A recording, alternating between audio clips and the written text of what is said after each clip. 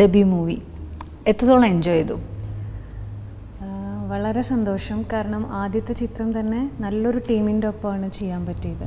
അപ്പോൾ അത് തന്നെ വളരെ ഭാഗ്യമായിട്ട് കാണുന്നു.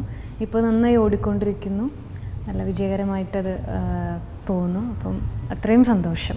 ആദ്യത്തെ സിനിമയിൽ ടെൻഷൻ ഉണ്ടായിരുന്നോ? ടെൻഷൻ സത്യം പറഞ്ഞാൽ ഞാൻ ഒട്ടും എക്സൈറ്റഡ് ആയിരുന്നു. കാരണം സിനിമ എന്ന് പറയുന്നത് ശരിക്കും യാദൃശ്ചികമായിട്ട് വന്ന് പെട്ടതാണ്. അങ്ങനൊരു സിനിമയിൽ അഭിനയിക്കണം എന്നുള്ളൊരു മോഹം അങ്ങനെ ഒട്ടും മനസ്സിൽ പോലും ഉണ്ടായിരുന്നില്ല. കാരണം ഡാൻസാണ് മെയിൻ, നൃത്തമാണ് പാഷൻ. അപ്പോൾ ഇത് വളരെ യാദൃശ്ചികമായിട്ട് വന്ന് പെട്ടതാണ്. ഒട്ടും എക്സൈറ്റഡ് ആയിരുന്നില്ല. സെറ്റിൽ വന്നപ്പോഴും എല്ലാവരും നല്ല കമ്പനിയായിരുന്നു. എല്ലാവരും ഡൗൺ ടു എർത്താണ്. നമ്മൾ കാണുന്ന പോലെ ഒരു ജാടയോ അങ്ങനത്തെ സംഭവങ്ങളൊന്നും ഇല്ലാത്ത കാരണം അതുകൊണ്ടായിരിക്കാം ഒട്ടും ടെൻഷനില്ലാതെ വളരെ കൂളായിട്ട് ചെയ്യാൻ പറ്റും. അങ്ങനെ വിചാരിച്ചിരുന്നു, ജാടയൊക്കെ ആവും എന്ന് വിചാരിച്ചിരുന്നു. പക്ഷെ അങ്ങനെ ടെൻഷനൊന്നും ഉണ്ടായിരുന്നില്ല.